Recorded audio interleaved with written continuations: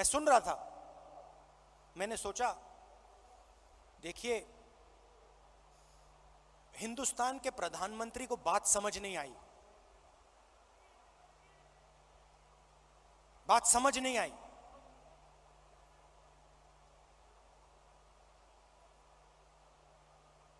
नरेंद्र मोदी जी ने बीजेपी के 15-20 लोगों के साथ जाकर लाल चौक पे तिरंगा फहराया। भारत जोड़ो यात्रा ने लाखों कश्मीरी युवाओं के हाथ से तिरंगा फहराया।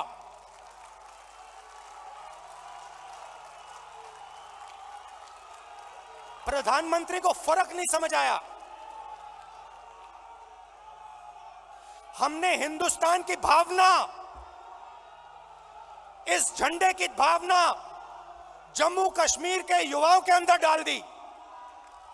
आपने अपने झंडे की भावना जम्मू कश्मीर के युवाओं से छीन ली। यह फर्क है हम और आप में।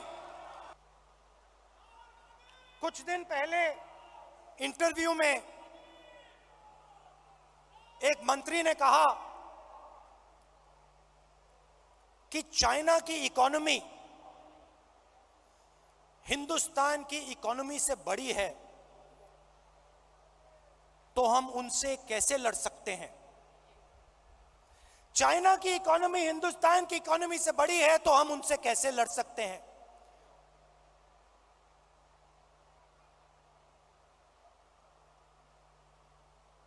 जब अंग्रेज हम पर राज करते थे, क्या उनकी इकोनॉमी हमारी इकोनॉमी से छोटी थी?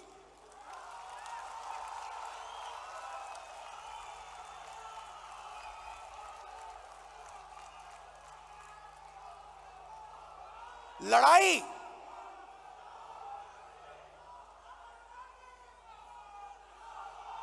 इसका मतलब जो आपसे शक्तिमान है उससे आप लड़ो ही मत, जो आपसे कमजोर है उसी से लड़ो।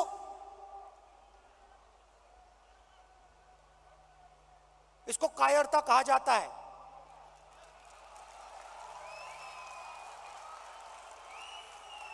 सावरकर की विचारधारा, सावरकर की विचारधारा,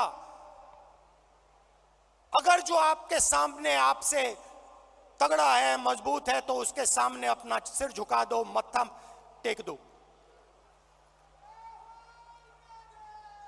हिंदुस्तान के मंत्री कह रहे हैं, हिंदुस्तान का मंत्री चाइना से कह रहा है कि आपकी इकोनॉमी हमसे बड़ी है तो हम आपके सामने खड़े नहीं हो सकते हैं। इसको क्या नेशनलिज्म कहते हैं? इसको देशभक्ति कहते हैं क्या? ये कौन सी देशभक्ति है?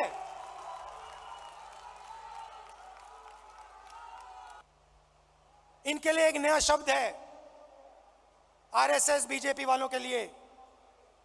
हम है सत्याग्राही, वो है सत्ताग्राही।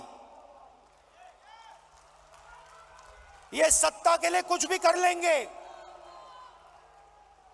ये किसी से भी मिल जाएंगे, किसी के सामने झुक जाएंगे सत्ता के लिए। ये इनकी सच्चाई है। आखिरी बात, और मुझे बात समझ नहीं आई, पार्लियामेंट हाउस में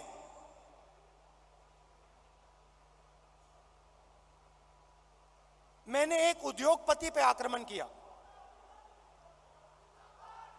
अदानी जी पे मैंने आक्रमण किया। मैंने कहा कि अदानी जी 609 नंबर से दूसरे नंबर तक कैसे पहुंचे। आपकी जो फॉरेन पॉलिसी बनती है, चाहे वो बांग्लादेश हो, चाहे वो इजराइल हो, ऑस्ट्रेलिया हो, श्रीलंका हो, सब जगह उनको फायदा मिलता है। इजराइल में सारे के सारे डिफेंस के कॉन्ट्रैक्ट मिल गए। श्रीलंका में एक व्यक्ति कहता है कि राजापाक्सा जी ने उन्हें कहा कि नरेंद्र मोदी जी ने दबाव डालकर अदानी जी को कॉन्ट्रैक्ट दिलवाया। तो मैंने सिर्फ एक सवाल पूछा, नरेंद्र मोदी जी आपका अदानी जी से रिश्ता क्या है? मैंने और कुछ नहीं कहा। मैंने सिर्फ सवाल पूछा, भैया बता दो रिश्ता क्या है। और मैंने ऐसे एक फोटो दिखाई, उसमें नरेंद्र मोदी जी ऐसे बैठे हैं। नरेंद्र मोदी जी अदानी जी के हवाई जहाज में रिलैक्स करते हुए दिख रहे हैं। तो मैंने पूछा भैया बता दीजिए रिश्ता क्या है। अब आपने नोटिस किया होगा कि पूरी की पूरी सरकार, सारे के सारे मंत्री अदानी जी की रक्षा करने लग गए।